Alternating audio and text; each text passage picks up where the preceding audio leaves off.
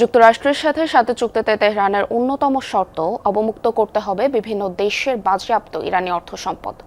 শান্তি চুক্তির দ্বারপ্রান্তে গিয়েও এই ইস্যুতে দর কষাকষি চালিয়ে গেছে তারা।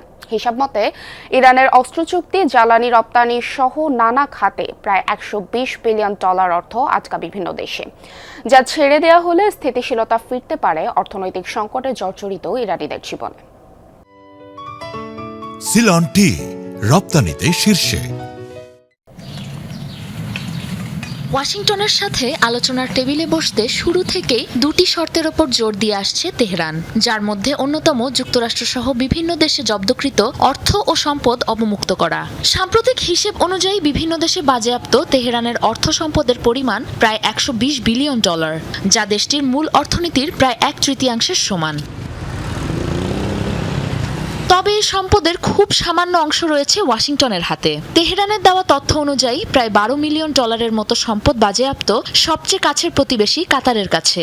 এছাড়াও আনুমানিক $7 বিলিয়ন ভারতে, $6 বিলিয়ন ইরাকে, লুক্সেমবার্গ ও জাপানে রয়েছে প্রায় $1 বিলিয়ন। এর পাশাপাশি আরও বেশ কয়েকটি দেশে জব্দ রয়েছে ইরানের অর্থ সম্পদ।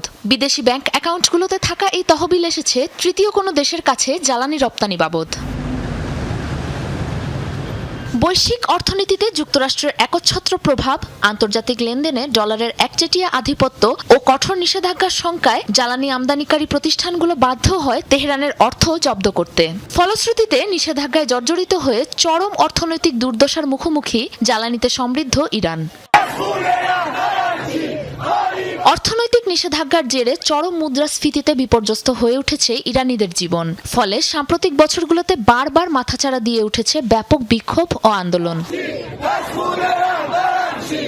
তেহরানের দাবি, যুদ্ধ ও অভ্যন্তরীণ বিক্ষোভের কারণে চরম ক্ষতিগ্রস্ত হওয়া দেশের অর্থনীতি পুনর্গঠনে প্রয়োজন এই অবরুদ্ধ তহবিল, যা দেশের আর্থিক সক্ষমতা বাড়ানোর পাশাপাশি মুদ্রার মান স্থিতিশীল করবে, কমাবে জনসাধারণের অসন্তোষ।